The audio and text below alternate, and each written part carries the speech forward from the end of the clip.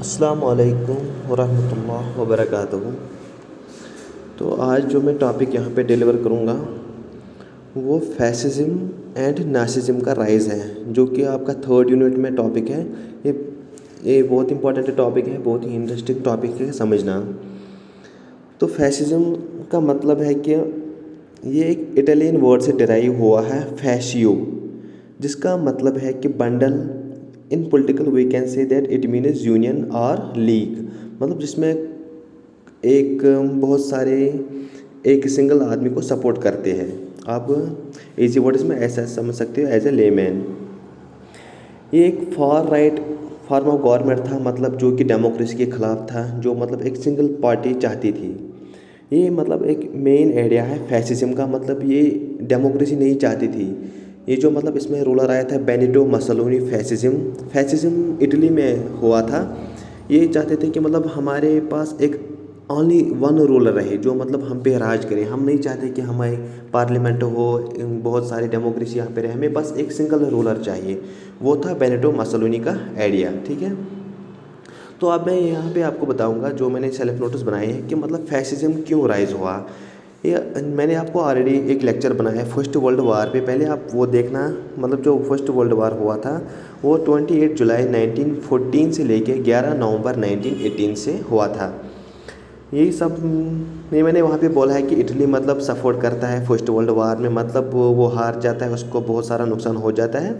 तो फिर इटली की कंडीशन मतलब बहुत ख़राब हो जाती है, इकनॉमी बहुत ही डिसरप्ट हो जाती है, गरीब इटली में मतलब कंडीशन बहुत ख़राब हो जाती है। तो फिर वहाँ की डेमोक्रेसी जो होती है वो फेल हो जाती है, वो मतलब हैंडल नहीं कर सकती अब वो इकनॉमिक कंडीशन जो अब इटली फेस कर रहा है।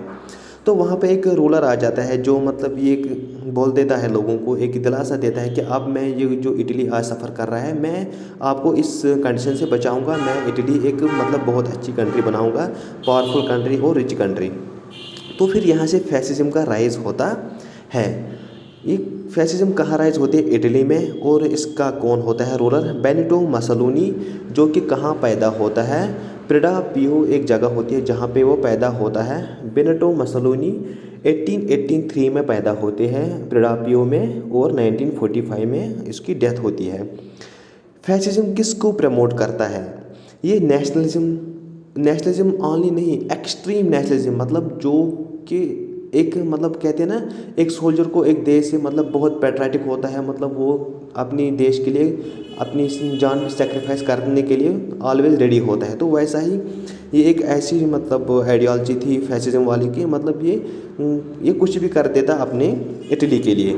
ये डिक्टेटरशिप था, मतलब सिंगल रूल, मतलब ये नहीं चाहते थे सिंगल पार्टी।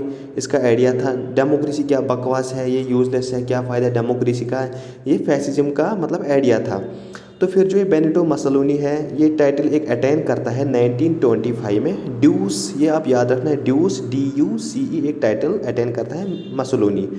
1919 में ये फैसिज्म पार्टी जो फार्म होती है, इस टाइम पे मतलब रूल नहीं करती है, इस टाइम बस बन जाती है। 1919 में फैसिस्ट पार्टी फार्मड, एंड जो ये रोल में आ जाती है 1922 से लेके 1943 तक फैसिज्म पार्टी रोल में आ जाती है। जो ये बेनिटो मसोलिनी जो ये मतलब आर्मी रिक्रूट करता था, वो उस आर्मी को कहा जाता था ब्लैक शर्ट्स। तो ये फैसिज्म का वीडियो रहा है। अब मैं आपको नेशनलिज्म में थोड़ा सा आइडिया बताऊंगा, ठीक है। नेशनलिज्म ये भी एक सेम है, जैसे मैंने आपको फैसिज्म बोला ना इटली में जो बेनिटो मसोलिनी था, वैसा ही सेम जस्ट लाइक जर्मनी में एक रूलर आया एडोल्फ हिटलर, नाम तो सुना ही होगा आपने। ये एक पार्टी फॉर्म करता है, ये भी एक फार राइट आइडियोलॉजी पार्टी होती है, मतलब ये भी डेमोक्रेसी के खिलाफ था, ये सिंगल पार्टी चाहता था, डिक्टेटरशिप मतलब एक्सट्रीम नेशनलिज्म इसका भी आइडिया था। बस डिफरेंस ये है कि ये जर्मनी में है, वो इटली में था फैसिज्म। नेशनलिज्म जर्मनी में होता है, और इसका कौन रूलर होता है? Adolf Hitler.